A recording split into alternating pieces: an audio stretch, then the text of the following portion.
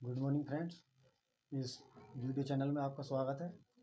तो देखिए, इस वीडियो में मैं बताना चाहूँगा कि जैसे मैंने पिछले वीडियो में बच्चे को किस तरीके से बेसिक ज्ञान देना चाहिए और अंकों को, गणित के अंकों के बारे में मैंने बताया कि बच्चों को सर्वप्रथम पेंसिल फिराने का काम किस तरीके से देते हैं, वो मैंने पिछले वीडियो में आपने देखा होगा, जो मैंने बताया।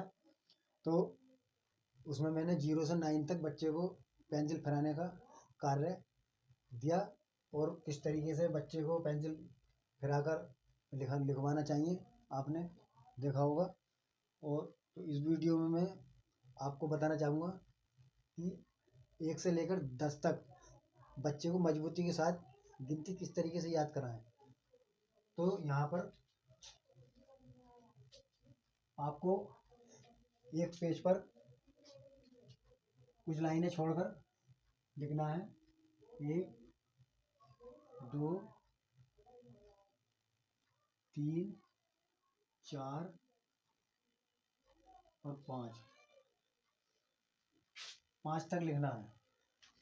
5 तक लिखने के बाद बच्चे से पढ़ाना है 1 2 3 4 5, क्योंकि 10 तक गिनती बच्चा पहले पिछले वीडियो में पढ़ चुका है। तो अब उसे हम याद कराने का ये टेक्निकल है, याद कैसे कराएंगे। तो बच्चे को हम इस तरीके से पहले देंगे 1 2 3 4 5, बच्चा आगे कॉपी करेगा 1 1 1 1 1 1 2 2 2, इस तरीके से बच्चा यहाँ तक करता हुआ आएगा 5 5 5। ठीक, इस तरीके से बच्चे से लिखवाएं। अब उसके नीचे इसका विपरीत यानी उल्टा शुरू कर दें। 5 के बाद 4 3 2 1, इस तरीके से बच्चे को पढ़वाएं। तो अगली लाइन में बच्चे को देंगे 5 से शुरू करें बच्चे को 5 6 7 8 9 10, यहाँ तक बच्चे ने पढ़ रखा होगा, यहाँ तक पढ़ चुका है बच्चा। अब बच्चे ने 5 तक पक्की याद कर ली। अब बच्चा 5 से 10 तक किस तरीके से याद करेगा, फिर वही विपरीत शुरू कर देंगे 9 8 7 6 और ये 5, इस तरीके से बच्चे को कार्य देंगे। बस जैसा कि मैंने पहले बताया, बच्चे को इस तरीके से 1 या 2 बार रिपीट करवाएंगे।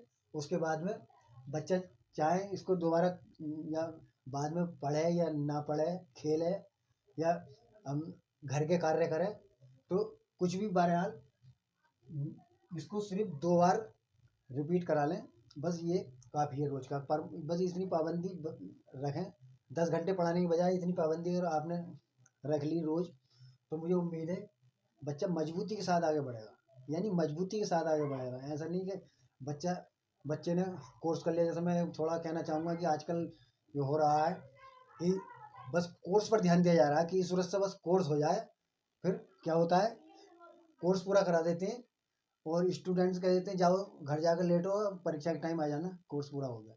फिर क्या होता है उल्टा सीधे परीक्षा में बच्चा परीक्षा देता है, पेपर में लिखता है, उसमें तमाम कमियां दिखाई देती हैं और बस 100 नंबर देते हैं, पास कर देते हैं विद्यालय का उसमें नाम दिखाने की वजह से।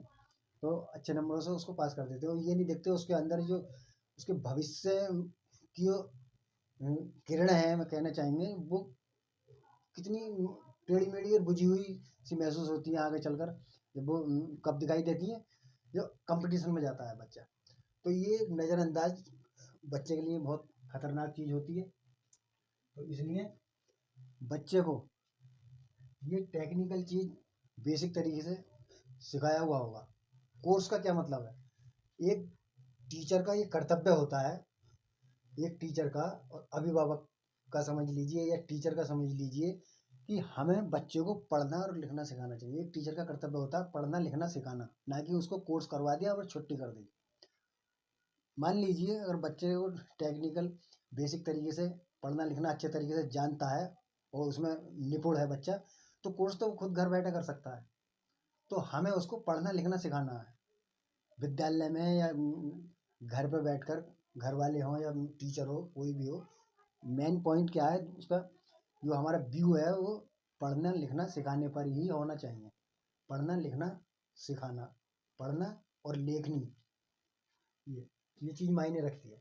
ठीक है, तो अब आगे को उसको 10 तक, यहाँ तक जो बच्चा पढ़ेगा उसको लिखेगा 5 5 5 5 6 6 6 6। फिर आगे वो क्या है, बच्चे को बोल कर लिखवाएं, एक तरफ बोलेगा दूसरी तरफ लिखेगा, एक तरफ बोलेगा दूसरी तरफ लिखेगा। इस तरीके से बच्चा यहाँ तक अपना कार्य कंप्लीट कर लेगा। फिर दोबारा उसको रिपीट करेगा, सुनाएगा। इसको 1-2 बार बच्चे को रिपीट कराएं। ऐसा करने के बाद आप देखोगे कि बच्चा मजबूती के साथ पढ़ता जा रहा है और आगे बढ़ रहा है। इसी प्रकार हम बच्चे को आगे तक 5-5 या 6-6 अंक, 5-5 अंक हम देते चले जाएंगे और बच्चा आगे बढ़ता चला जाएगा। जैसे जैसे हम देखेंगे बच्चा आप तेज़ी से कैच कर रहा है किसी चीज़ को, तो हम इन अंकों को बढ़ा सकते हैं।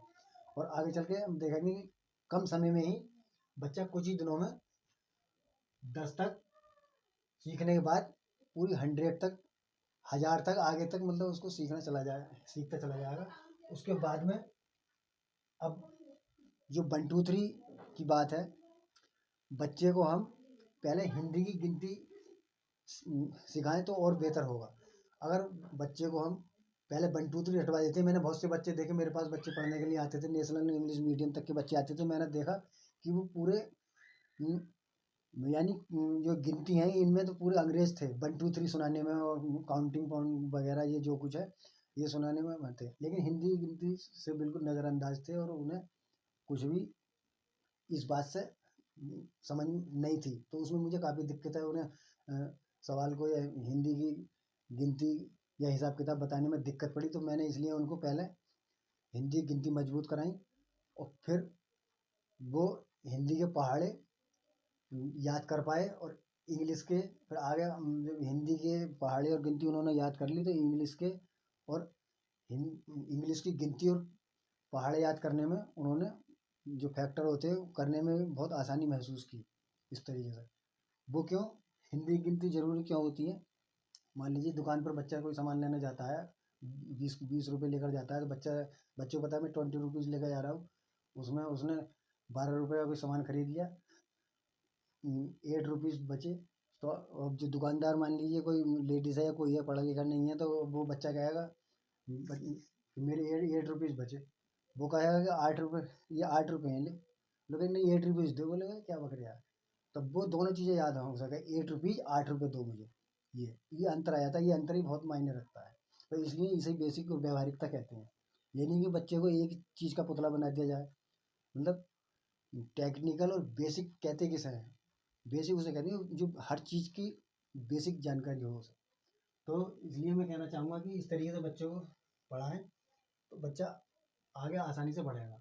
अब मैं जब बच्चा 100 तक गिनती सुना देगा 1 2 3, उसके बाद में उसी प्रकार हम 1 2 3 को जो सीखने का तरीका है वो मैं बताऊंगा। और आगे फिर इन अंकों से संख्या कैसे बनाई जाती है ये भी मैं आपको बताऊंगा, वो अगले वीडियो में आपको बताऊंगा। फिलहाल इतना करें। धन्यवाद, शुक्रिया, जय हिंद।